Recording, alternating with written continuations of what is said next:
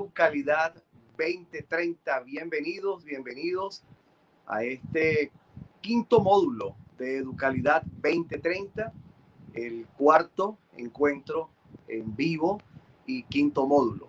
Cuarta lección que estamos transmitiendo en vivo y hoy una noche muy especial porque hoy tengo un invitado de lujo y el quinto módulo. Así que recuerda que si estás inscrito en nuestro instituto, en nuestra plataforma, porque quieres recibir tu certificación avalada por las Naciones Unidas, la UNICEF, la Fundación Gente Positivo, obviamente el Instituto Centro Internacional de Capacitación Profesional, en nombre de quien les doy la bienvenida a todos los que están aquí presentes.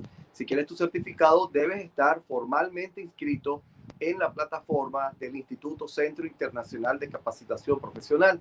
Luego de inscribirte, debes ir a cursar los módulos. Si esta es la primera vez que te conectas con nosotros, allá en la plataforma vas a encontrar todos los talleres, los podcasts, los videos, todo el material completo.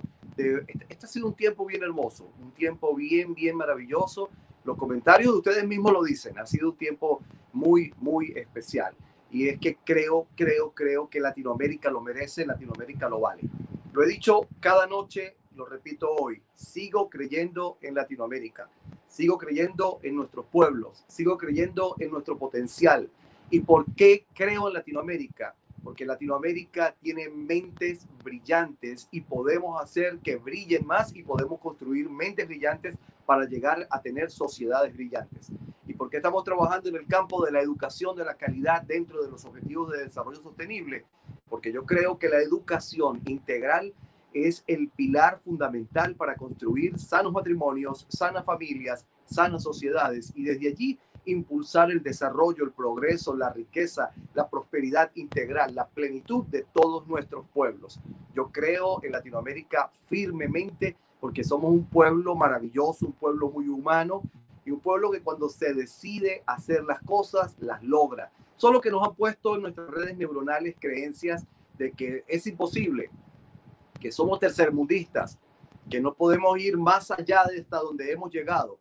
Hay limitaciones mentales. Recuerden que los límites son geográficos, pero las limitaciones son mentales. Las limitaciones están en nuestra mente, se sembraron en nuestras redes neuronales de forma paradigmática y hemos creído que no podemos volar aunque tengamos alas.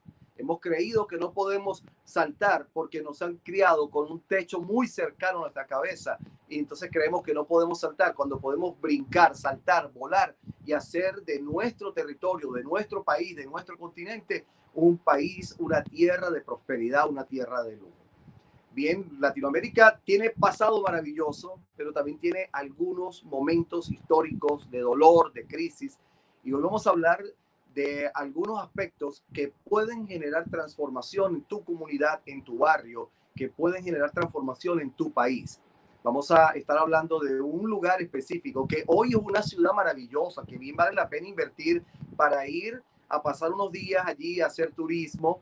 Y no estoy hablando de República Dominicana, porque siempre que hablo de lugares bellos para ir de turismo, hablo de la tierra, de la isla bella y preciosa de República Dominicana. Pero hoy quiero hablar de una región de Colombia, una tierra que también amo, que también he recorrido por sus autopistas, por sus carreteras, por sus aires. He recorrido, he viajado llevando conferencias, un pueblo hermano, precioso, con una comida sabrosa, con una gente caliente y maravillosa, con unas mujeres preciosas y unos hombres que son buenos amigos. Los pueblos campesinos de Colombia son hermosos, los pueblos, la gente es preciosa. Y hoy vamos a hablar de Colombia y de una ciudad que después de estar sumergida en el caos, la muerte, la pobreza y la miseria, logró con esfuerzo, con dedicación, con unidad, con armonía, con compañerismo, con visión, logró levantarse de esas ruinas, de esas cenizas. Nosotros vemos en Netflix y vemos en muchos canales que transmiten hoy en día series donde nos muestran a todos esos personajes que casi que en todo el mundo son conocidos, esos hombres y algunas mujeres que convirtieron a Colombia en un país donde todo el mundo volteaba a mirar, pero era reconocido no por sus esmeraldas, no por sus playas, no por la belleza de sus pueblos, sino conocido por su cocaína, conocido por su narcotráfico, conocido por su guerra, por sus guerrillas, y ellos hicieron que la belleza colombiana fuese aplastada, pisada, mancillada por la muerte. Y no solo ellos proyectaron muerte hacia afuera de Colombia, sino que hicieron de las regiones, de los barrios de Colombia, escenarios de muerte.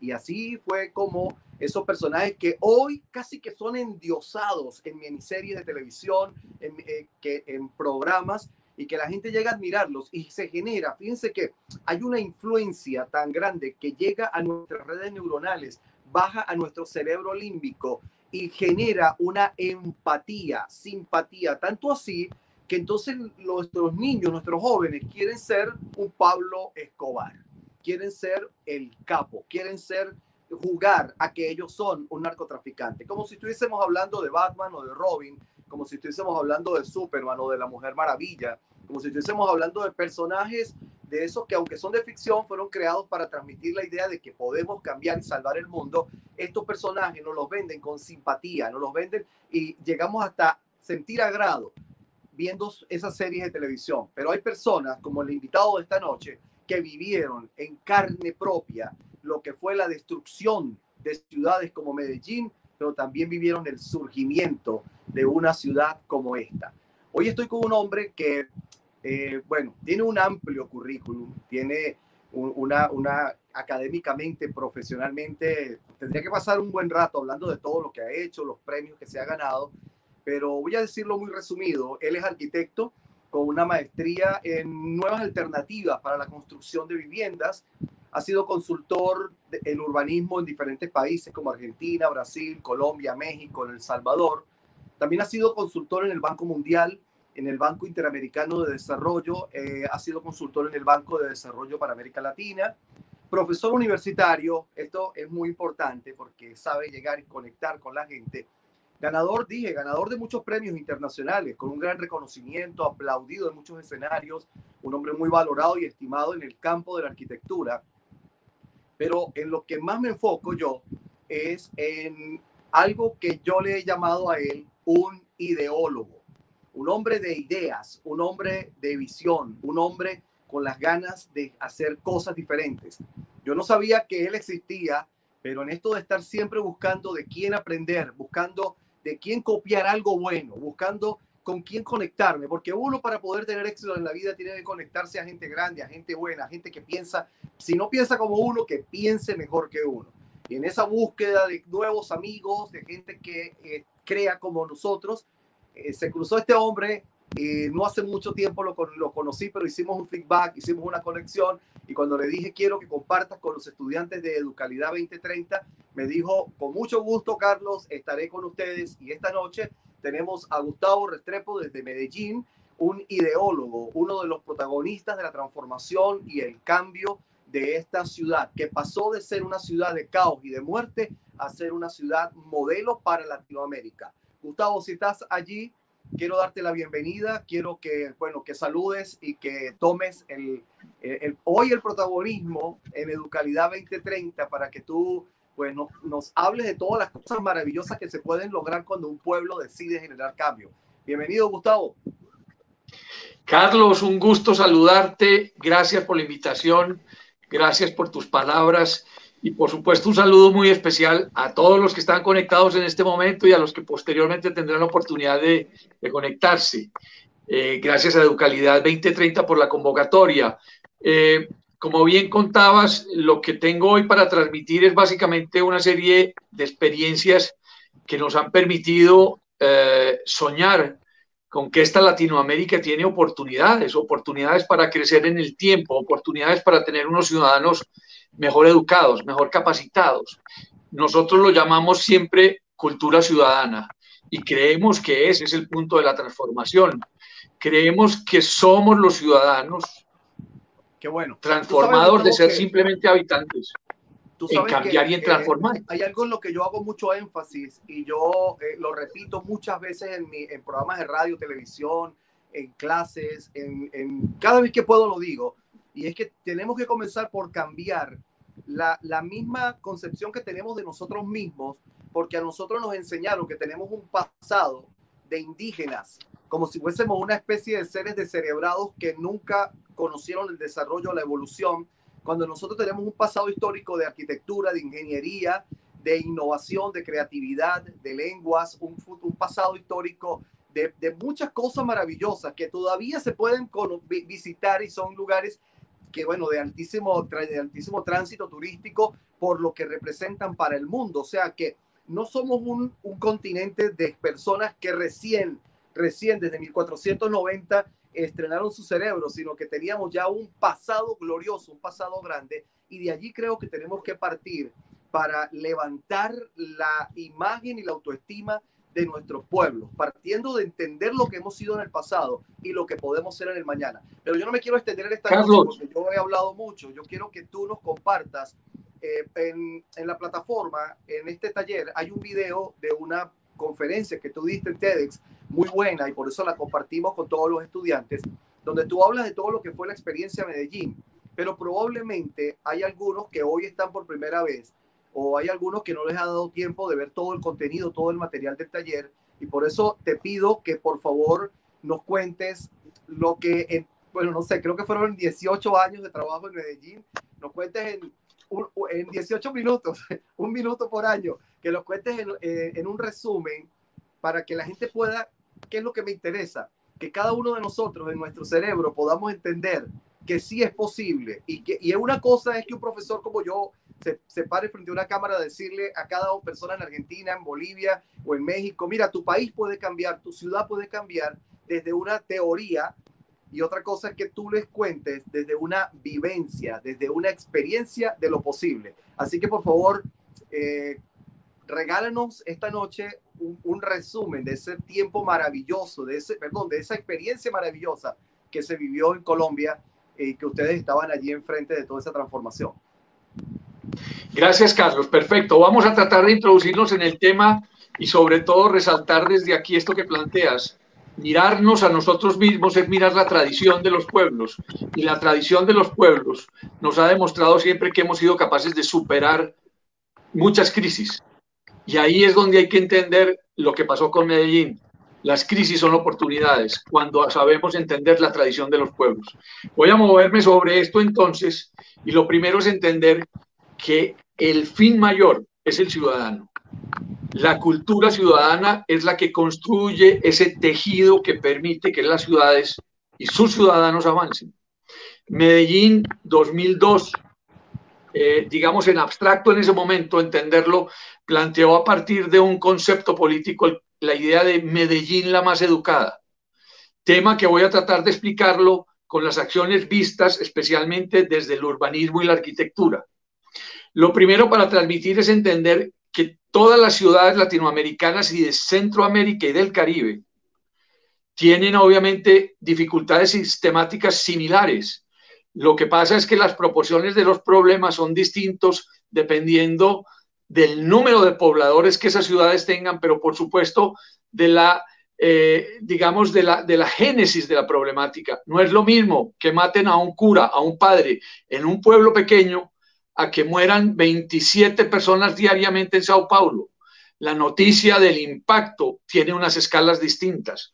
Con esto lo que quiero mostrarles es que el ejercicio que vamos a ver en Medellín, de una ciudad hoy de 2,5 millones de habitantes, era tan compleja que sonaba bastante más que los problemas que pasaban en otras ciudades que seguramente tendrían complejidades similares.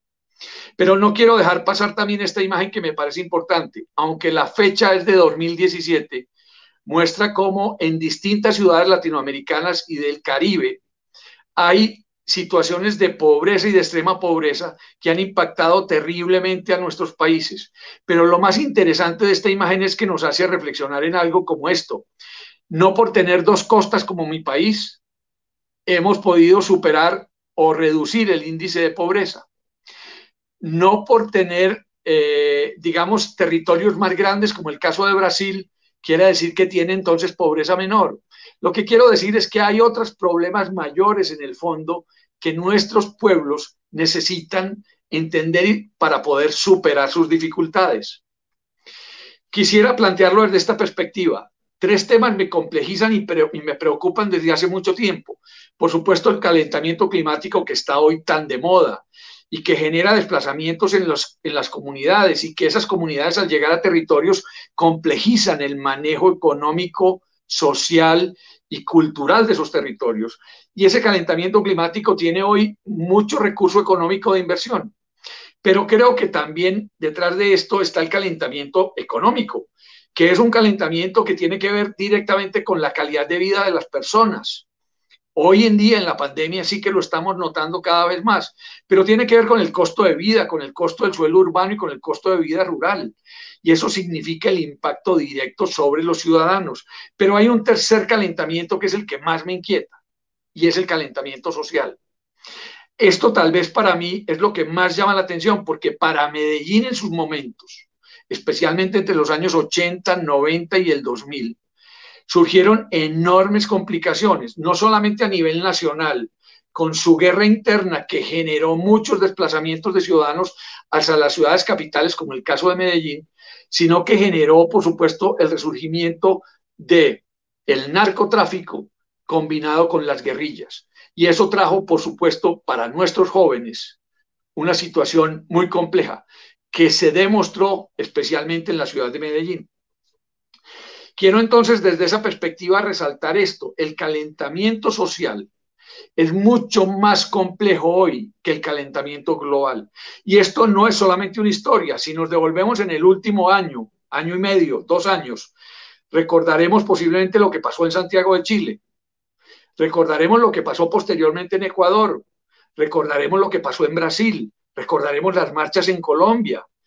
Yo creo que no se ha salvado ningún país que no tenga hoy un grupo extremista a su cabeza que no haya tenido que ver con calentamientos sociales.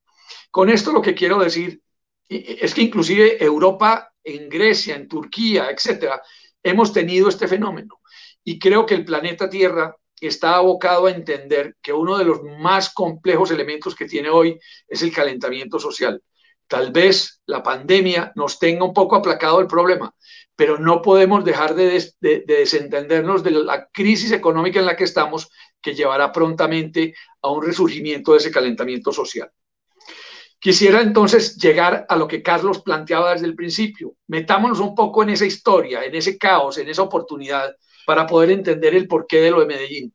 Medellín está a 1.500 metros de altura en la cordillera de los Andes, comparte un área metropolitana de 10 municipios que son 3,5 millones de habitantes, pero Medellín tiene 2,5 millones de habitantes, de los cuales migran casi 0,5 millón de habitantes de esos 10 municipios y fluctúan con Medellín. Así que el tema es casi de 3 millones de habitantes en un territorio de 382 kilómetros que habitan este tipo de territorio, montaña, una ciudad metida en ese territorio, lo cual crea una serie de visiones cosmológicas muy especiales, no solamente desde la visión de los indígenas, sino inclusive lo que fue conquistar ese territorio para los españoles y posteriormente lo que eso ha significado para los mismos paisas, como bien nos llaman. Es una ciudad que tiene un río en el centro, que divide oriente y occidente, y unas vertientes de montaña que dividen, por supuesto, el norte y el sur. Y casi como todas las ciudades latinoamericanas están bien divididas, bien segmentadas, no solamente en lo social, en lo económico y en lo ambiental. Medellín, por fortuna, le regala a todos los ciudadanos una certeza de regularidades en términos del paisaje, del agua, del verde, de las montañas, del nuevo aire. Pero, por supuesto, sí hay unas enormes diferencias entre el norte y el sur en su forma de habitar el territorio.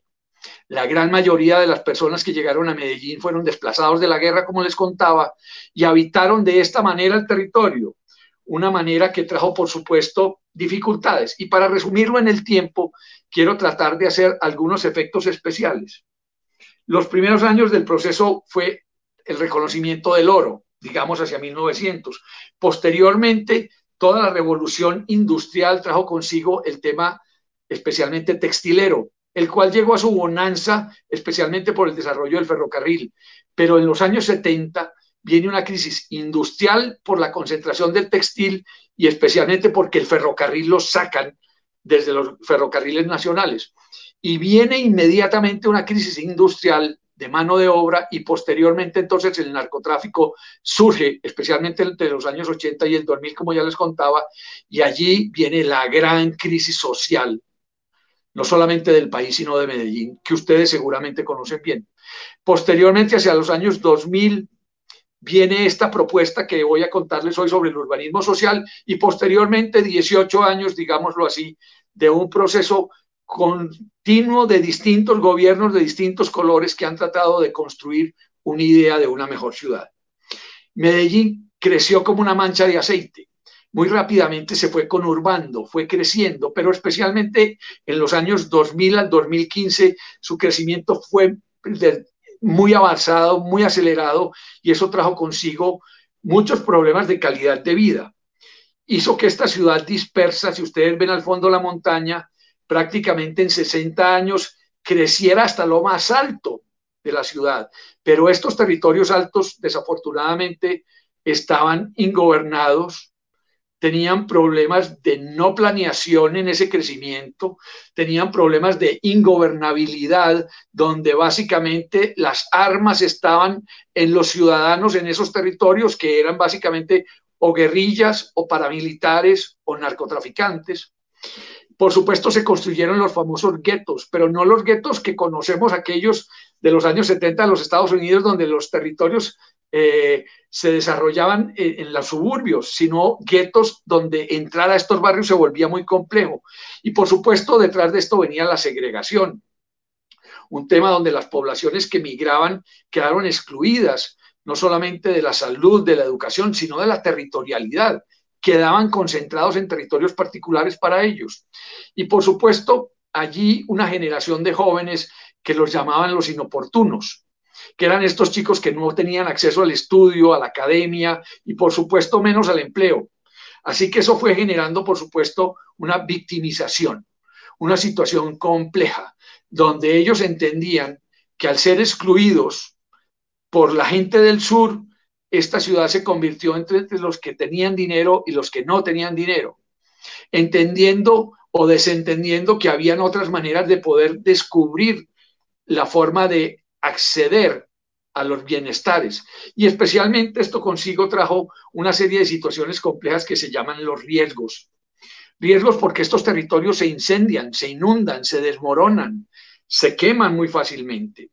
Pero además de esto, porque esas formas de habitar trajeron incertidumbre, desconfianza, incredulidad por parte de la gente. Básicamente los espacios públicos se redujeron, la calidad de hábitat en esos territorios era muy poca. Y en los años 90, especialmente el manejo de los paramilitares y la guerrilla trajo mucha muerte, inclusive guerras civiles internas en el territorio. Eso nos llevó a tener bombas, muchas bombas en el territorio de Medellín, y esta es una de esas palomas del maestro Fernando Botero, escultor colombiano antioqueño, a la cual le pusieron una bomba un domingo, murieron 28 personas, y el maestro Botero regaló una segunda paloma de la paz en honor a esas personas víctimas de esta violencia. Lo que quiero decir es que Medellín desafortunadamente pasó unos años de muerte, de homicidios disparados, tema que por fortuna hizo un movimiento, especialmente en los ciudadanos, en las mujeres, en las mamás, que llegaron a decir que querían a sus hijos en la cárcel antes de que estuvieran muertos.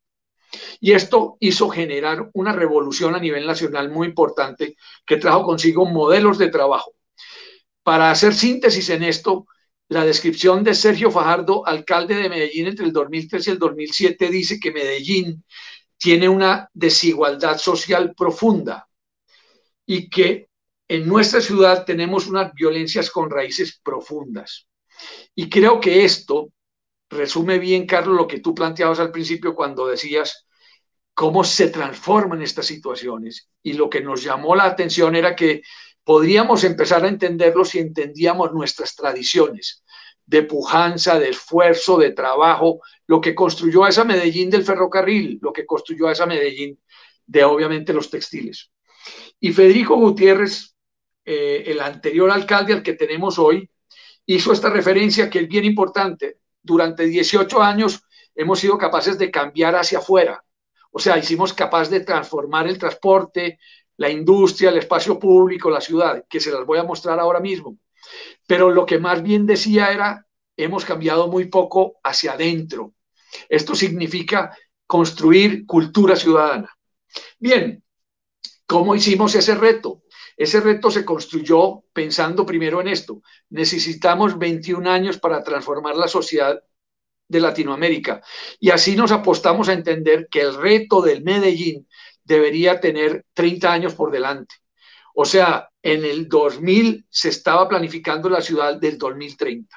Y es lo que hoy es carta de modelo de trabajo. Yo sé, Carlos, que tú compartes conmigo esa filosofía y espero que conversemos de acuerdo con eso. Entonces, desde esa perspectiva, habría que entender que el fin mayor de nuestras ciudades no es la ciudad en sí, es hacer mejores ciudadanos, porque durante 21 años podremos transformar la ciudad, pero más importante es que en esa gestión podamos construir de los ciudadanos que comienzan en este reto, pasen 3 septenios, y esos 3 septenios construyen al niño, construyen al adolescente y construyen al joven. Y así estaremos entonces sembrando en la casa, cultivando en la escuela y cosechando en la ciudad. Ese urbanismo sustentable del que estamos hablando tiene ese fin mayor y busca que el ciudadano entonces fuera legal, resiliente, innovador, gestor de su propio desarrollo, competitivo, educado, digno, solidario, con bienestar y creativo. O sea, buscamos siempre tener como fin mayor al ciudadano y eso creo yo que ha sido el reto por los últimos 5 gobiernos. Y ahí es donde considero que la transformación se vuelve evidente. El segundo tema es que cambiamos paradigmas. Empezamos a entender que no había que informar, sino participar a los vecinos, que no era construir casas, sino construir comunidades, que en vez de tener peatones y habitantes deberíamos tener ciudadanos y que en vez de mover carros deberíamos mover personas, que en vez de espacio público deberíamos tener lugares de encuentro, que en vez de tener transporte deberíamos tener una movilidad integrada, digna, de calidad, y que por supuesto nuestras políticas públicas fueran políticas públicas de continuidad. Eso es muy importante y más adelante lo voy a explicar. Con esto lo que quiero plantear es que si lográbamos cambiar el ambiente en los próximos 30 años, íbamos a ser capaces de cambiar la mente de nuestros niños.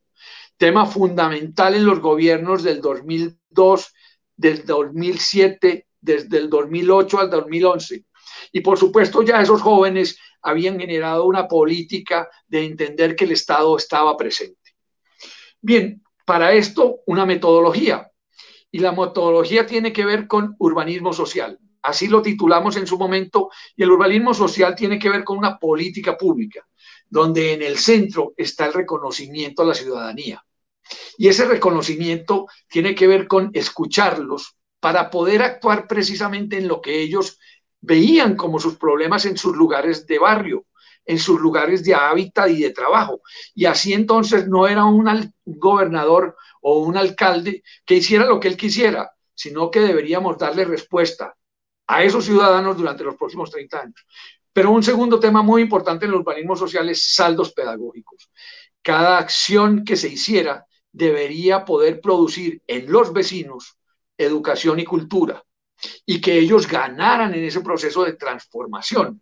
Bien, tú lo planteabas ahorita con esas bellas palabras de introducción donde entender que debemos tener una educación integral con una sociedad, unas sociedades brillantes, con unas familias sanas. Esa era nuestra política y yo creo que Medellín sigue en esa línea de política. Así que entendimos que deberíamos generar ciudades transformadoras. Y 3 temas son claves en eso: voluntad política, participación ciudadana y planificación integral. Esos 3 temas voy a tratar de pasarlos para poder ver aquellas imágenes que lo significan. Lo primero es que la voluntad política tiene que ver con mesas territoriales, donde el gobierno tenga interés de preguntarle a la gente en sus lugares de trabajo.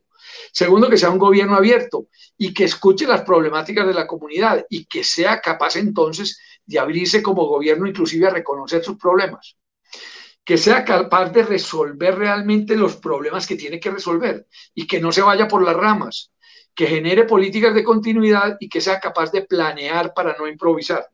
Con esto lo que digo es, en el 2000, acuérdense que estaban planteados los ODS, los Objetivos de Desarrollo Mundial, de desarrollo sostenible, y por supuesto para nosotros eran importantes entenderlo desde esta perspectiva, y con esto lo que veo es que si bien estaban inicialmente siendo planteados, después aciertan que en el capítulo 11 lo que buscamos son ciudades y comunidades sostenibles, no solamente ciudades.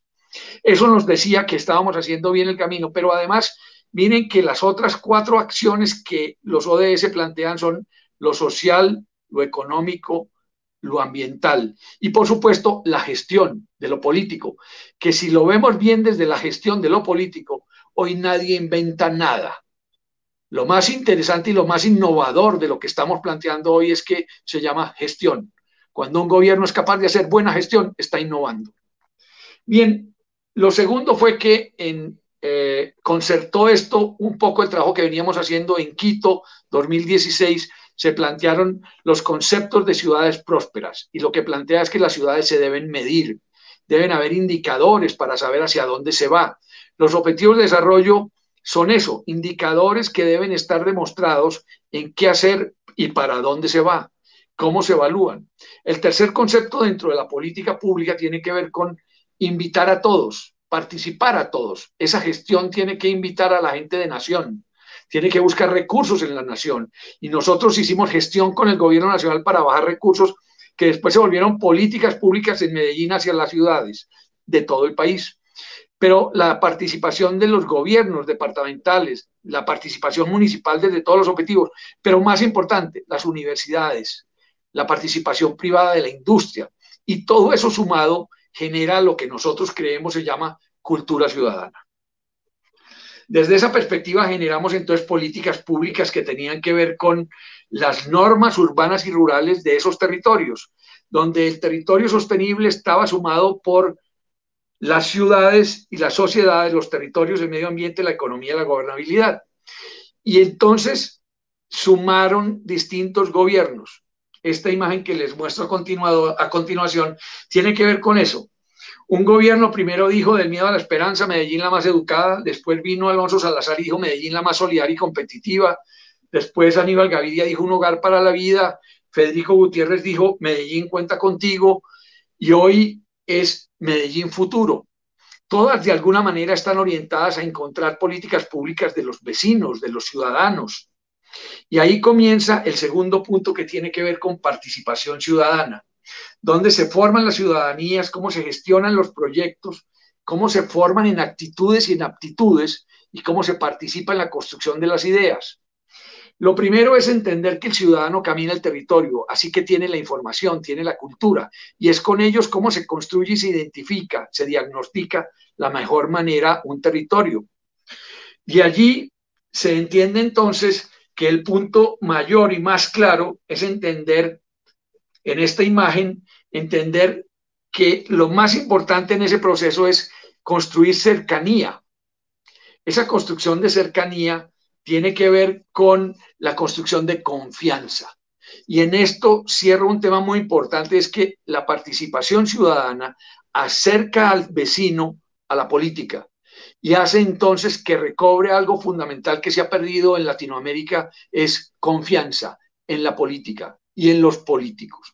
Así que esta manera de participar, cuando se escucha al vecino, no solamente se construyen las ideas de ellos, sino que se fortalecen dos temas. Uno de ellos es la actitud. La actitud significa yo como vecino, ¿qué hago? ¿Qué aprendo? ¿Cómo puedo participar del gobierno y de las ideas de una ciudad si yo no conozco de eso? Bueno, le fortalecemos esas maneras de participación ciudadana para que él pueda saber levantar la mano y saber a quién dirigirse para saber cuáles son los cambios. Pero también algo muy importante, cambiar las aptitudes de las personas.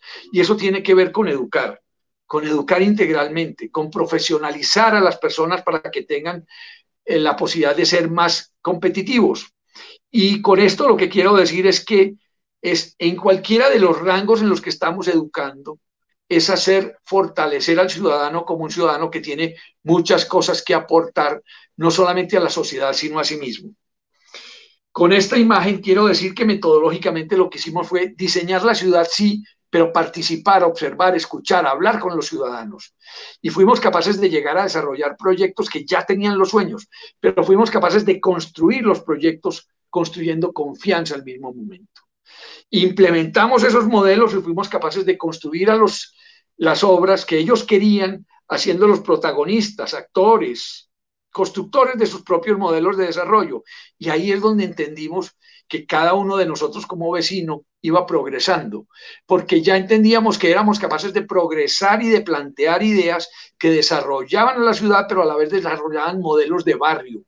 Así que entendimos que las mesas barriales eran fundamentales y esas mesas barriales tienen que ver con las escuelas, tienen que ver con los profesores, tienen que ver con los docentes, pero con todos, los docentes de fútbol, los docentes de recreación, los guías ciudadanos que hoy en día construyen a esa Medellín que de alguna manera tiene otras metodologías para soñar y plantear. Estos eran talleres que hacíamos de gran escala donde contábamos cómo era la ciudad que venía y cuál era la ciudad que ellos soñaban, dónde querían poner los puestos de salud, dónde querían poner parques, dónde querían poner las estaciones de transporte. Y los ciudadanos que conocían sus lugares nos fueron diciendo cómo querían. Hicimos trabajos de sueños con los niños, donde nos decían cómo querían imaginarse sus jardines infantiles. Construimos con los abuelos acuerdos. Los abuelos que tienen la historia y la memoria tienen todo ese valor afortunado de transmitirnos el cómo hacer barrio, cómo hacer ciudadanía. Y por supuesto, en territorios donde la gente venía migrando de la guerra, hicimos muchos trabajos donde pudimos entender que estos residentes del campo tenían muchos valores para darnos y para entregarnos. Así que trabajamos mucho en la pertinencia de los proyectos, qué es útil para los vecinos y qué los convocaba, cómo querían sus proyectos, pero también llegamos a entender la pertinencia y la pertenencia, que es fundamental en este proceso, porque si ellos participan del proceso, hacen que sus sueños, cuando se están construyendo en el imaginario, se empiecen a querer, y cuando se construyen, se cuidan. Esto es sorprendente porque hoy nos demuestra que Medellín, 20 años después, tiene edificios que se hicieron en su momento que hoy están impecables. El sistema de transporte es un modelo de eso. Nosotros no lo llamamos metro, lo llamamos cultura metro. Pero así empezamos entonces a entender que había que diagnosticar, generar data cuantitativa, planear a 30 años, generar interdisciplinariedades y planificar esa parte de ejecución. Y entendemos que la comunidad quería que no se improvisara. Entonces le pedimos a la comunidad que escribiera unos libros que se llaman planes de desarrollo local, con los cuales nos decían qué querían en lo físico, qué querían en lo social y en lo económico. Y así se construyó el plan de desarrollo de la ciudad. Y los proyectos modélicos se construyeron hasta el 2030 a partir de esos sueños de la comunidad. Se les pusieron indicadores y desde esos indicadores hoy todavía se administran estos proyectos. Pero además se planearon, se les dieron cronogramas, se les dieron forma. Y desde allí entonces trabajamos en transporte que generaba economía, tiempo, seguridad y dignidad. Y empezamos entonces a hacer proyectos donde volábamos por el aire para llegar más rápido a las partes más altas de las montañas y empezamos a generar esto, transformaciones en los primeros pisos, donde generábamos calidad de espacio público, donde habían 18 locales comerciales, hoy tenemos 360 locales comerciales, donde durante 50 años no había ningún banco, hoy tenemos 3 bancos asentados allí, y este era el lugar de los sicarios de Medellín. Entonces quiero plantear esto desde la perspectiva de que hacer para los vecinos y con los vecinos, podíamos entender que eran ellos los que necesitaban caminar dignamente y empezamos entonces a mejorar y a cualificar el espacio público para que pudieran llegar más cómodos, más tranquilos, más seguros y más rápidos a sus casas y que cerca a las estaciones del Metro Cable podíamos empezar a generar parques y escuelas y centros de formación para los adultos mayores y para los adultos papás que estaban llegando hoy ahorrándose casi 2 horas de transporte urbano y entonces podían acercarse a estos edificios y acercarse a los CDESOS y acceder a un préstamo económico y aprender y capacitarse y ser más competitivos de esto que estábamos hablando de educarlos. Bueno, desde allí empezamos a entender que los equipamientos eran fundamentales porque si teníamos dignos equipamientos, los jóvenes iban a poder progresar iban a sentirse más cualificados, pero todos igual. Esta es una calle de ese barrio que hablaba que fue paredón de fusilamiento durante muchos años. Lo convertimos especialmente en un lugar de escuela, de estudio, digno, capacitado, con espacios públicos que nos permitían dignificar la vida, soñar y entender que en nuestros barrios humildes se podía dignificar el espacio público para sentirnos mejores y que nuestras escuelas no tenían que ser más cárceles y que podían empezar a ser entonces lugares tan dignos como cualquier escuela en cualquier parte de la ciudad de Medellín. Hicimos 450 reformas de este tipo que fueron asertivas en todo el proceso porque nuestros estudiantes participaron de esto. Dignificamos la vivienda, empezamos a generar hogares para la familia. Estos lugares que los llamamos tugurios en Medellín, que desafortunadamente están asentados en los lugares más complejos de las quebradas, de las cuencas, donde vive mucha gente desafortunada que siempre ha estado como olvidada, empezamos a regularizar estos procesos y empezamos entonces a mejorar esas casas, a darles estructura, a darles cubiertas, a darles acabados y a llevar a las familias que estaban en riesgo a asentarse en el mismo barrio, en el mismo lugar donde conocen su tienda, donde conocen a sus vecinos, a vivir en edificios. Y luego ellos se encargaron de que esto fuera en sus barrios con toda la calidad y con todo el cariño. Y ahí es donde empezamos a tener sociedades brillantes. Empezaron a entender que dignificaban estos espacios porque ya no tenían que estar al lado de lo que era lo oculto. Y empezaban a poder tener entonces el lugar de soñar, de disfrutar, con nuevos equipamientos para los niños. 19 jardines infantiles construimos en 5 años, que fueron asiento para jardines de 350 chicos y colegios de 1000 chicos. Entonces empezamos a concentrar un montón de jóvenes en estos lugares. Y lo mejor de esto es que empezábamos a juntar la ciudad tradicional con la ciudad moderna. Y así llenamos de nuevas centralidades y de nuevas actividades. Así que las nuevas mamás se encontraban con las mamás que llevaban mucha tradición y estos equipamientos empezaron no solamente a encontrar a los niños, encontraron a las familias. Lugares de mucha calidad y de mucha justicia, de mucha equidad para nuestros niños. Entendimos que la fuerza, la autoridad y la cultura podían estar de la mano. Hicimos de los lugares de la policía lugares de cultura para la convivencia.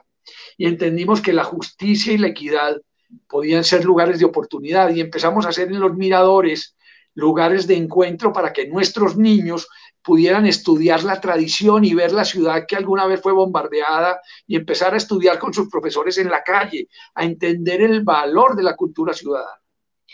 Empezamos a soñar con bibliotecas que contuvieran y que contenieran a nuestros jóvenes y eso era urgente y empezamos a hacer escuelas de música y creímos que ahí empezaran a surgir esos saldos pedagógicos de los que estábamos hablando, donde entender que un violín era mucho más importante que un fusil y que un niño que tocara un violín jamás volvería a tocar un fusil. Soñamos en que los parques podrían ser un destino para nuestros adultos mayores y empezamos entonces a dignificar la forma de llegar a los barrios.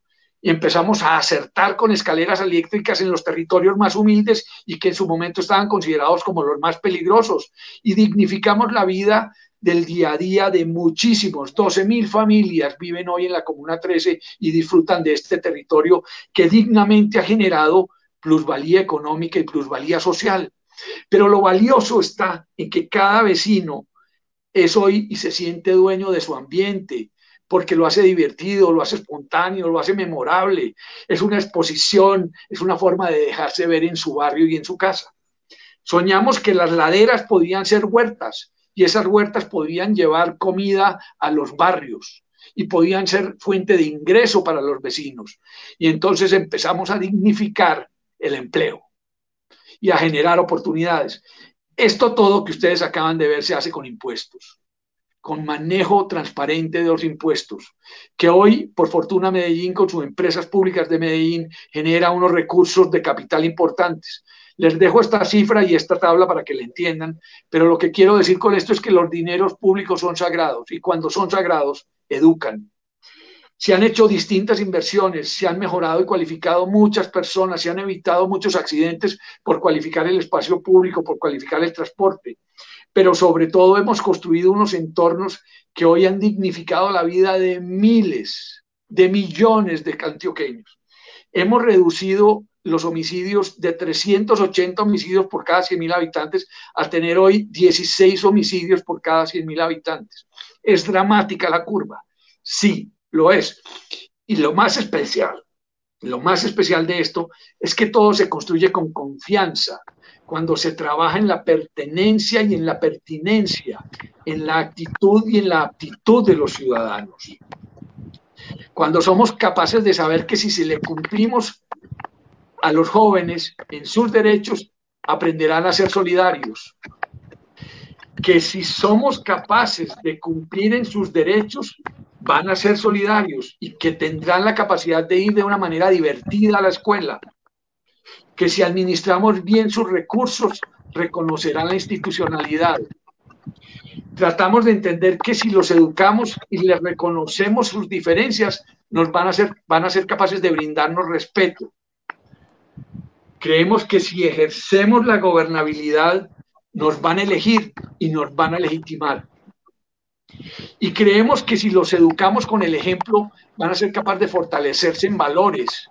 Y esto es un mensaje que recientemente salió esta semana de unos vecinos que hoy, ante la manera de administrar de nuestro gobernante, le dice: mentir para gobernar no es gobernar, es mentir. Y con esto lo que estoy tratando de decir es que nos educamos en la manera de expresarnos, en la manera de no estar de acuerdo y de no estar conformes. Creemos que si los dineros públicos son sagrados, los formaremos en legalidad. Y también, por supuesto, si los educamos integralmente, motivaremos el empleo. Y esto nos lleva a entender que los chicos que estaban en las esquinas, que estaban en el riesgo del narcotráfico, hoy son 240.000 jóvenes que le estamos quitando a la guerra. Y entendemos entonces, para terminar, Carlos, que mejores ciudadanos hacen mejores ciudades. Así es. Mentes brillantes construyen mentes brillantes.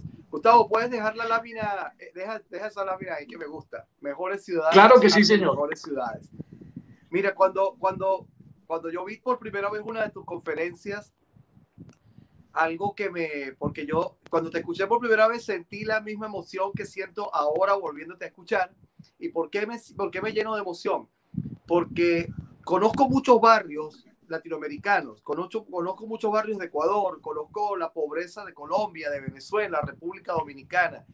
Y yo siempre digo, y lo he repetido muchas veces, y siempre pido que no se malinterprete lo que digo, pero yo tengo una expresión, y yo siempre digo: la pobreza huele mal. Y cuando digo la pobreza huele mal, yo no lo digo de forma despectiva. Lo que quiero decir es que la pobreza duele, que la pobreza entristece, envejece, enferma, quita la calidad de vida, que quita las ganas de vivir. Y es tan fácil, podríamos decir, transformar la historia económica, cultural, social de un pueblo. Lo único que hace falta es voluntad y liderazgo. Y cuando veo Medellín, yo digo, cualquier barrio de República Dominicana, de México, cualquier barrio de Brasil o de Argentina, también lo puede lograr, porque no hay diferencia entre el cerebro y el potencial de quienes hicieron posible la transformación de Medellín en 2 décadas. No hay diferencia entre un cerebro de ustedes y el cerebro de nosotros en República Dominicana o en Venezuela o en Bolivia o en Perú. Podemos lograrlo. Entonces es muy grande la motivación que se puede generar al entender que otros lo han hecho. Cuando yo veía el video, a mí hay algo que me llamó mucho la atención, y tú usaste ahorita una palabra técnica que tal vez muchos no conocen, pero yo quiero traducirla, quiero aclararla. En los barrios de Medellín que son empinados, que son montañosos, sí, señor, la gente caminaba entre las aguas servidas que salían de sus casas y drenaban, caminaban en escalinatas mal hechas y quebradas, partidas, destruido, entre barro muchas veces, aparte de que no había iluminación y había delincuencia. Y ustedes hicieron allí incluso escaleras eléctricas de las que vemos en las plazas, en los centros comerciales, para que la gente llegase a su casa. Para mí eso fue algo que tal vez no sea tan significante, pero yo decía, esto es dignificar al ser humano. Porque, oye, una persona que vive cuesta arriba, un cerro arriba, tal vez alguien en República Dominicana, en Santo Domingo, no entiende eso, porque esta ciudad es plana. Pero alguien que vive en Caracas, alguien que entiende lo que es un cerro, lo que es una loma, que te pongan un teleférico que te lleva y te permite estar 2 horas más en la mañana con tus hijos para desayunar y llegar 2 horas más temprano en la noche para poderlos acostar y darles de cenar. Eso es dignificar, eso es educación. Y todo eso a mí me llena de motivación. Ahora hay algo que fue con lo que yo principalmente me enganché con tu filosofía, y es el tema de en 21 años podemos cambiar la sociedad. Pero yo quiero dejarlo de los 21 años para cerrar nuestro conversatorio en esta noche, Gustavo. Porque antes yo quiero hacerte una pregunta, antes de hablar de los 21 años, porque yo también creo firmemente que podemos cambiar una sociedad en 21 años y consolidar el desarrollo en 40. Y luego voy a explicar el porqué de mis cifras y mis números y hablaremos de eso. Pero la mayoría de las personas que nos están escuchando, Gustavo, son educadores, psicólogos, orientadores, personas, ya digamos, personas de la vida común que no tienen el poder político y económico que ustedes manejaban desde una alcaldía, desde una gobernación. Entonces muchas personas de repente dicen, ok, ellos lo hicieron porque eran alcaldes, ellos lo hicieron porque eran gobernadores, tenían autoridad, tenían dinero, tenían todos los recursos necesarios para hacerlo.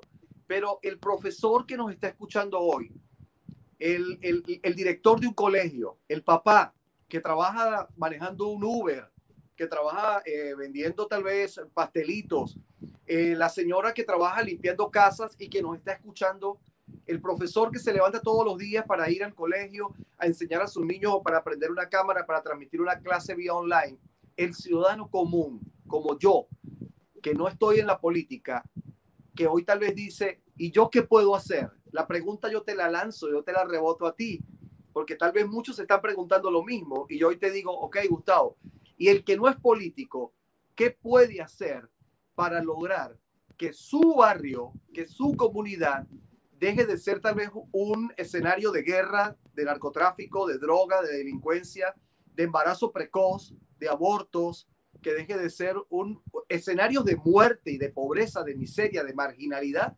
para caminar, para encaminarse hacia el desarrollo, hacia el progreso, hacia la prosperidad, hacia la riqueza, hacia el buen vivir, hacia las sociedades de mentes brillantes? ¿Qué podemos hacer? Carlos, interesantísima postura. Y voy a esto.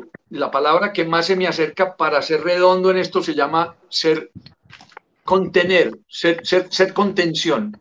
Y voy a tratar de explicarlo. Cuando yo, como maestro, y lo decía ahorita, como maestro en cualquiera de las áreas, inclusive como padre de familia, porque si soy capaz de educar en el ejemplo, lo que voy a estar es formando a bien mis hijos, por decirlo así. Pero un maestro tiene la enorme posibilidad de aprender a escuchar y enseñar que hay que aprender a respetar la palabra del otro y a respetar las ideas del otro. Y para nosotros uno de los ejercicios que más nos ayudó después fue llegar a los barrios y ver que en los barrios al principio ya habían mesas de vecinos conformadas. Y fue lo que nos ayudó a poder entrar en territorios muy violentos y pedirles a esos vecinos que ya estaban asociados a que nos ayudaran a recorrer el barrio. Así que Latinoamérica está llena de esos líderes natos, de esos líderes que un chico con un balón es capaz de juntar 22 para jugar fútbol.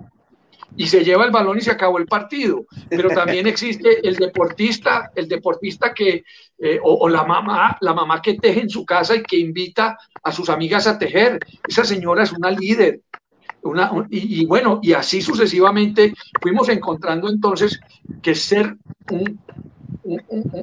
capaz de contener a los jóvenes, ser capaz de contener a los amigos, a los adultos, iban siendo granos de esperanza. ¿Qué quiero decir esto? Los barrios, antes que los políticos, debemos ser capaces de construir nuestras vecindades.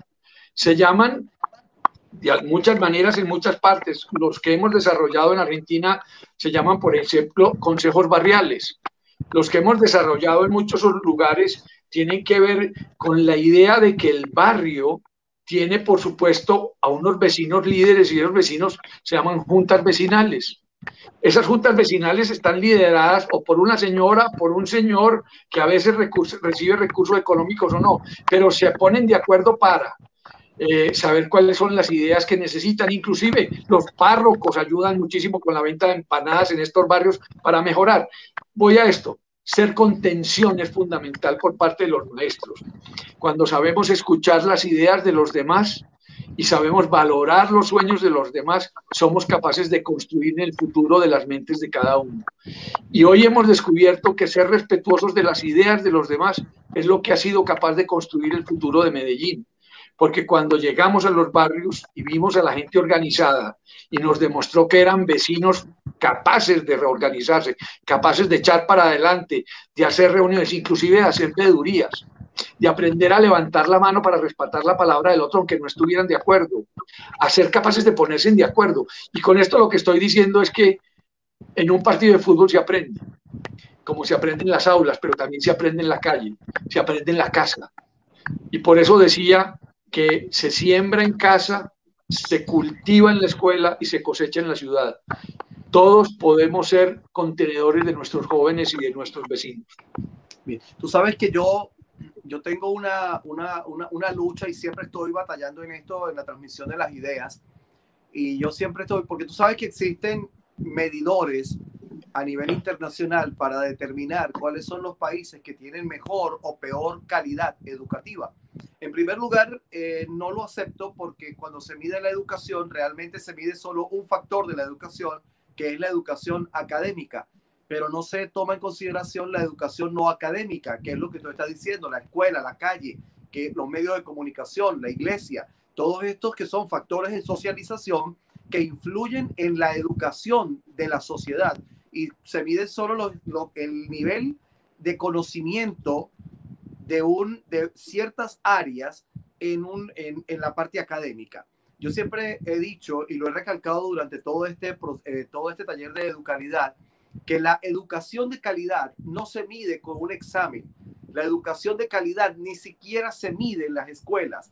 La educación de calidad se mide en la sociedad. Lo que la escuela hace, lo que la iglesia hace, lo que la familia hace, se mide en la calle, se mide en la sociedad. Si nosotros vemos en la calle corrupción, si en la calle vemos delincuencia, si en la calle vemos prostitución, si en la calle vemos gente lanzando basura, si en la calle vemos gente dañando, rompiendo lo que el Estado hace, ese es un indicador de que el trabajo que está haciendo la escuela, que el trabajo que está haciendo la iglesia y el trabajo que está haciendo la familia no está siendo de calidad. Entonces tenemos que aprender a desarrollar verdadera educación de calidad y saber en qué escenario debemos nosotros medirla. Porque hay algo muy común. Carlos, sí. Muy importante lo que tocas porque me imagino que te estás refiriendo a la evaluación de PISA, que es básicamente como aquellos indicadores donde demuestran que Chile es el país más avanzado en educación, después Uruguay, etcétera, etcétera. Pero voy a eso que tú estás diciendo. Lo que está demostrado hoy es que la cultura ciudadana, que es esa de la que tú estás hablando en este momento, no está tan fortalecida. Y voy a plantearlo desde esta perspectiva. Si hubiésemos construido una real cultura ciudadana, una cultura, una educación real, estaríamos en menos problemas hoy en día con el coronavirus, porque la gente estaría habitualmente capacitada para entender que su compromiso consigo mismo y con la sociedad es mínimo ponerse el tapabocas y mantener la distancia. Y eso salvaría vidas, pero nos ha costado mucho en Latinoamérica demostrar que hemos superado ese renglón de respeto hacia el otro. Y lo digo desde esta perspectiva y es entender que la única manera de construir futuro es entender que aprendemos de muchas maneras, pero especialmente aprendemos de la convivencia, de la solidaridad y de la experiencia en grupos. Y por eso la ciudad se construyó, porque es la respuesta a la sociedad para que todo sea mejor. La ciudad no se hizo para que nos fuera mal, la ciudad se hizo para que nos fuera bien. Y la verdad es que no hemos sido capaces de entender que la City era esa intención de prosperidad en comunidad. La gente tiene un pensamiento que, mira, es impresionante, lo he podido notar. Yo, de los países de Latinoamérica que he visitado, en todos los países yo me he encontrado, sobre todo en las barriadas, sobre todo en las zonas populares, en las zonas que asimismo, para mí, asimismo se han marginalizado.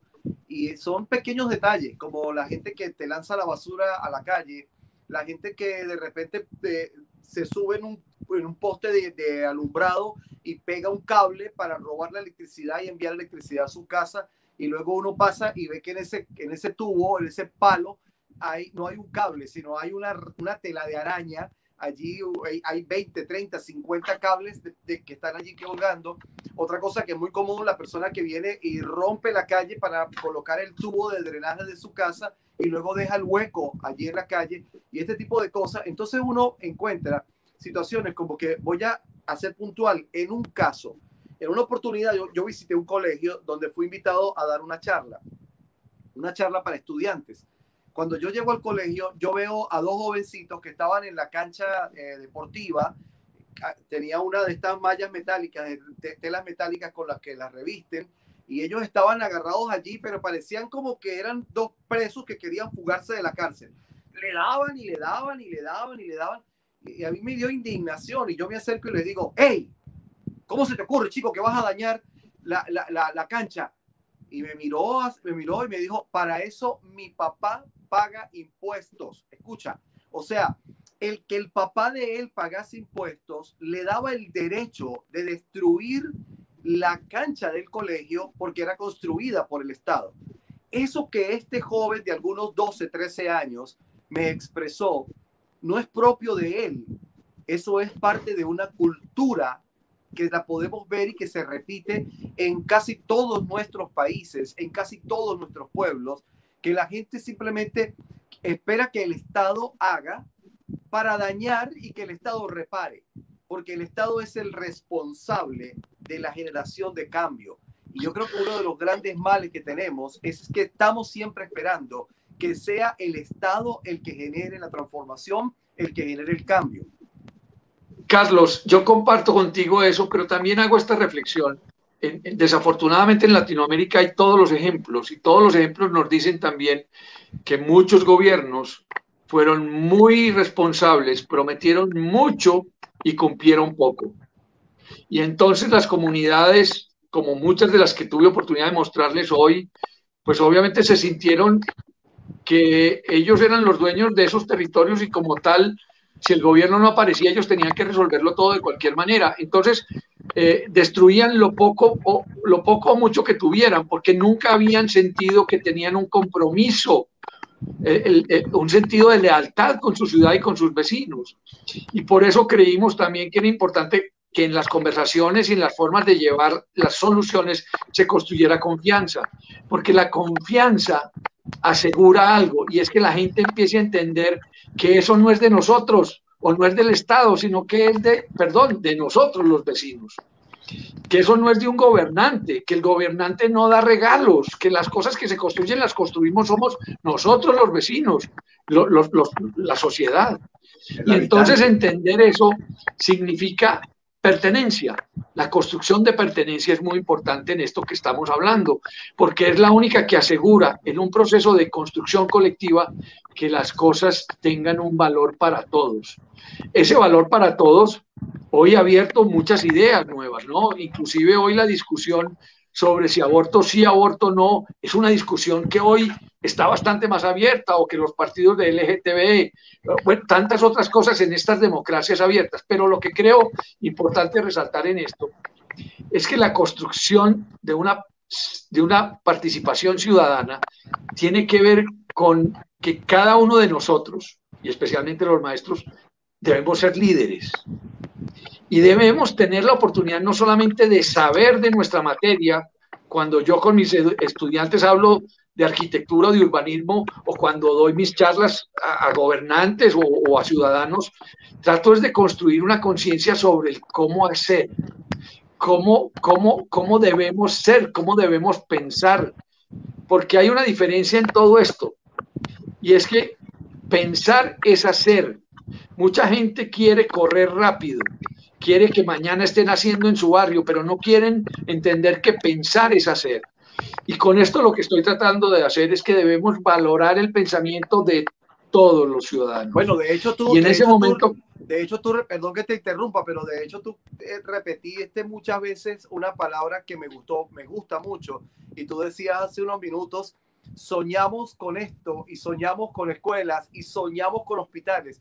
Y a quienes nos están viendo en este momento, Gustavo fue muy concreto y nos quedó debiendo una gran cantidad de imágenes de los hospitales, de las escuelas, pero en la plataforma, en la conferencia que Gustavo da, que está allí en la plataforma, en Educalidad 2030, en esa conferencia hay muchas más imágenes de todas las cosas que se hicieron allí en Medellín. Ahora, tú decías, Gustavo, soñamos con bibliotecas, soñamos con comunidades, soñamos.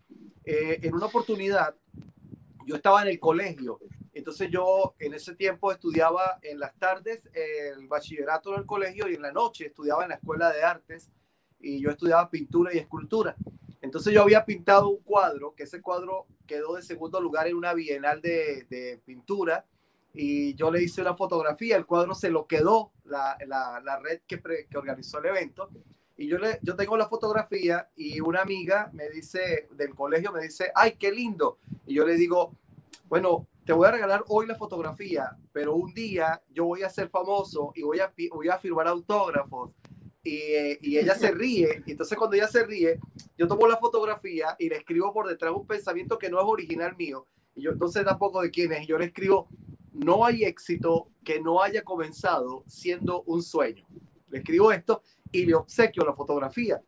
Pasan los años, pasan muchos años, yo pierdo contacto con ella, nos graduamos, ella se va a una ciudad diferente, yo escribo mi primer libro, publico mi segundo libro, me invitan a otra ciudad a dar una conferencia, a presentar mi libro.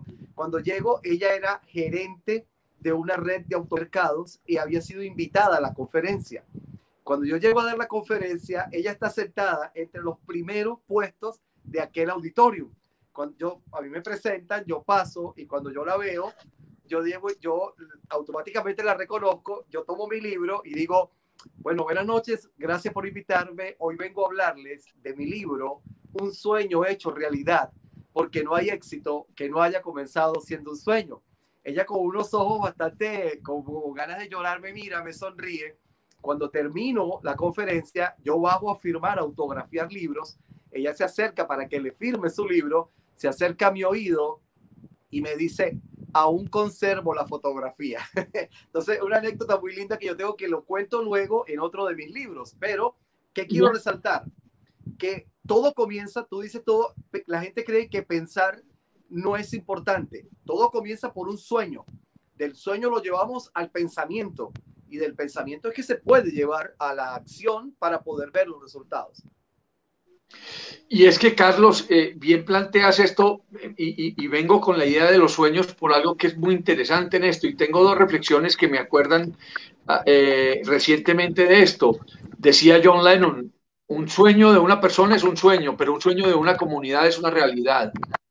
Eso por un lado. Pero también los mexicanos, y hay un graffiti que lo pintó alguien cerca de la Biblioteca España en uno de nuestros barrios, que es muy diciente de la guerra que existía en Medellín y que mataban tantos jóvenes.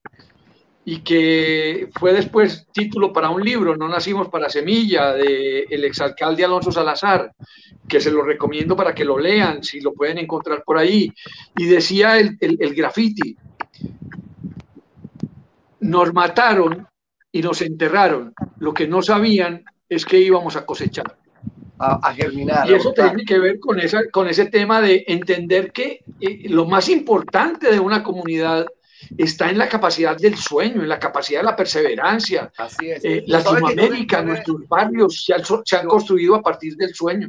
Yo le insisto mucho a los profesores, porque la autoridad que tiene un profesor, muchas veces el mismo profesor no se la reconoce. El profesor, el docente en la universidad, en el colegio, goza de un nivel de autoridad, no solo académica, es una autoridad que le da respeto, que le da posición, que le da credibilidad. Y hay algo que yo, incluso es uno de los podcasts que están en este taller, en la plataforma y que los estudiantes deben escuchar, donde yo hablo del poder de la influencia. Y yo digo que han tratado por siglos de acallar, de silenciar el poder de la influencia. Y muchas veces nos dicen pensamientos como, en muchos países se dicen, una golondrina no hace verano. O sea, una sola persona no puede hacer nada. Yo siempre pongo de ejemplo a Simón Bolívar, porque Simón Bolívar es considerado el libertador de tu tierra, de la mía y de 3 naciones más, y fue considerado una inspiración para la libertad de los pueblos de América. Y la gente siempre habla de Bolívar, y yo no le quiero quitar el mérito a Bolívar, pero lo que la gente no termina de entender es que detrás de Bolívar estaba Simón Rodríguez, que fue su maestro, que fue el ideólogo, que fue el que sembró en él un sueño de libertad. Y Bolívar simplemente en él brotó esa semilla, y germinó y dio el fruto que llevó a la independización de todos los pueblos que se fueron liberados luego por la gesta de todos los que se sumaron a él para la independencia. Pero yo llamaría el libertador, en primer lugar, a un hombre, uno solo, a Simón Rodríguez. Entonces, lo que muchas veces no sabemos o muchas veces no terminamos de valorar es el poder que tenemos nosotros para influir en una persona. O sea, ¿cuántos eran ustedes en Medellín? ¿Cuántos comenzaron a soñar? De repente alguien dice, bueno, eran 20, ok, digamos que eran 100, pero estamos hablando de una ciudad de 3 millones de habitantes. República Dominicana tiene en su totalidad 10 millones de habitantes. O sea, Medellín es un tercio de República, de todo un país como República Dominicana. Sencillamente en un país como República Dominicana habría que hacerse lo que se hizo en Medellín 3 veces. Y con hacerlo 3 veces convertiríamos a la isla en un país modelo de desarrollo para el mundo. Es posible y lo puede hacer cada quien en su espacio. Ahora, si uno tiene influencia, 2 tienen más influencia porque generan sinergia, pero 10, 20, 50, 200, 1000, 2000 personas podemos cambiar verdaderamente, podemos cambiar el mundo. Carlos, y hay una cosa que es muy interesante que hemos descubierto en estos procesos de trabajo que los llamamos imaginarios, sueños, y es la siguiente. Primero, las ideas no valen, no tienen costo, ¿me entendés? O sea, soñar no te cuesta. Entonces, imaginar tu futuro, tu posibilidad, te coloca en un punto de creatividad infinito, de posibilidades infinitas, pero tiene otra virtud. Cuando le decimos a los niños y a los jóvenes, ahí los vieron ustedes, que dibujan cómo se imaginan y cómo sueñan las cosas, cada dibujo es una ilustración del sueño que tienen de tener árboles, de tener pájaros, de tener fuentes de agua. Y uno termina siendo un psicólogo de esos dibujos para entender que tampoco se están pidiendo cosas extraordinarias, están pidiendo lo que todos queremos tener, es calidad de vida. Pero hay una cosa que es muy bonita en esos sueños.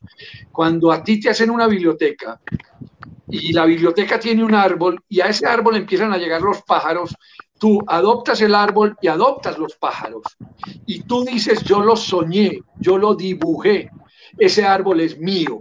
Y eso tiene un sentido no solamente de imaginar y crear y ser capaz de darte cuenta que eres capaz de materializar las cosas, sino que te construye lealtad con todos los de tu barrio que fueron capaces de ponerse de acuerdo, de soñar, de priorizar. Y esas son las cosas que de alguna manera en las conversaciones con la gente decimos, somos capaces de soñar, sí, pero somos capaces de respetar los sueños de los demás y somos capaces de ordenar los sueños de los demás, somos capaces de priorizar los sueños míos y los sueños de los demás. Y hay momentos en que la gente dice, yo creo que es más importante el sueño de él que el mío, porque el de él es tal vez más prioritario que el mío. Y eso es fundamental, porque una sociedad debe ser capaz de entender que todo es importante en la medida que sea capaz de beneficiar a un mayor número de personas. Con esto quiero decir que el bien común prevalece sobre el bien individual. Y esa es otra de esas lecciones que uno debería aprender en el proceso. Y se va aprendiendo. Tú dices que soñar no tiene precio. Yo te envié mi libro. Bueno, yo te envié 2 libros. Te envié el de 360 memes para creer o refutar. Y te envié el libro. Estoy a punto de recibirlos. No han llegado, pero ya revisé y están en camino. Ya te llegan creo que la semana próxima llegan los libros allá a Colombia. Pero hay una parte que la vas a leer en mi libro, que hablo sobre los sueños. Y yo digo, si soñar no cuesta nada, si soñar es gratis, ¿por qué no hacerlo y hacerlo en grande? Porque si algo es gratis y es bueno, yo lo quiero para mí y quiero bastante. Entonces hay que comenzar por soñar, creer y accionar. El tiempo se nos termina, Gustavo, pero yo no quiero cerrar este conversatorio porque a mí me motiva mucho lo que estamos hablando. A mí me podría dar la medianoche, y yo sé que tú también, porque también eres buen conversador, pero de repente la audiencia se nos escapa, de repente se nos van los estudiantes. Pero yo no quiero cerrar sin hablar de algo que tal vez muchos están esperando que nosotros hablemos, y es por qué creemos que en tan solo 20, 21 años podemos cambiar una sociedad. ¿Por qué 21 años? Ese número para mí es mágico, no solo porque desde pequeño, como yo soy nacido un día 21, siempre el 21 para mí era como un número místico, ¿no? Como que era el número mágico. No solo por eso, sino que se divide en 3 etapas, que son 3 etapas de 7 años. Cuando vemos un bebé y luego lo dejamos transcurrir el tiempo, 7 años, prácticamente vamos hablando del primer ciclo de educación. Luego 7 años más va a tener 14, y luego 7 años más va a tener 21. Entonces, eso es una etapa bien interesante. Yo siempre digo que si a esos 21 años de formación, de educación, luego le sumamos 20 años de gestión, de acción, sumarían 40 años. Y yo creo que 40 años, que es lo que bíblicamente se llama una generación, en 40 años nosotros podemos generar un cambio, una revolución, y hacer de América, de Latinoamérica, una tierra diferente. Yo apenas voy a cumplir 50. Si comenzamos a trabajar hoy y Dios me permite vivir por lo menos los años que tiene hoy mi padre, que aún está vivo y que tiene 82 años, yo voy a ver con mis ojos el fruto de lo que hoy nosotros estamos haciendo. Y si no pudiese verlo, doy mi vida, lo que me reste de vida, por sembrar y por trabajar, porque quiero que lo vean mis hijos y quiero que lo vean mis nietos. Son solo 40 años. Es mucho menos tiempo, Carlos, mira, que tú y yo hemos vivido. Seguro, mira, yo llego a los 21 años a raíz de 2 reflexiones en un tema. Primero, porque alguna vez en la conversación con profesores y con maestros y con psicólogos nos decían que los 3 septenios efectivamente dicen lo que tú planteabas ahorita. La primera madurez del niño a los 7 años cumple ciclos.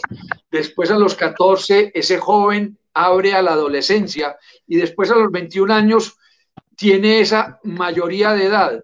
Y ojo con esto, que es bien interesante: en Colombia la mayoría de edad es a los 18, pero en los Estados Unidos, y no por esto es más importante que otro, es a los 21. Lo que quiero decir es que se plantea que la mayoría de desarrollo físico orgánico es a los 21 años, pero tiene que ver también con otras situaciones.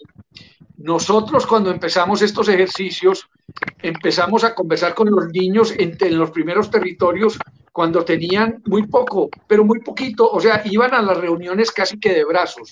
Y hemos tenido contacto con estos chicos en estos años que han seguido.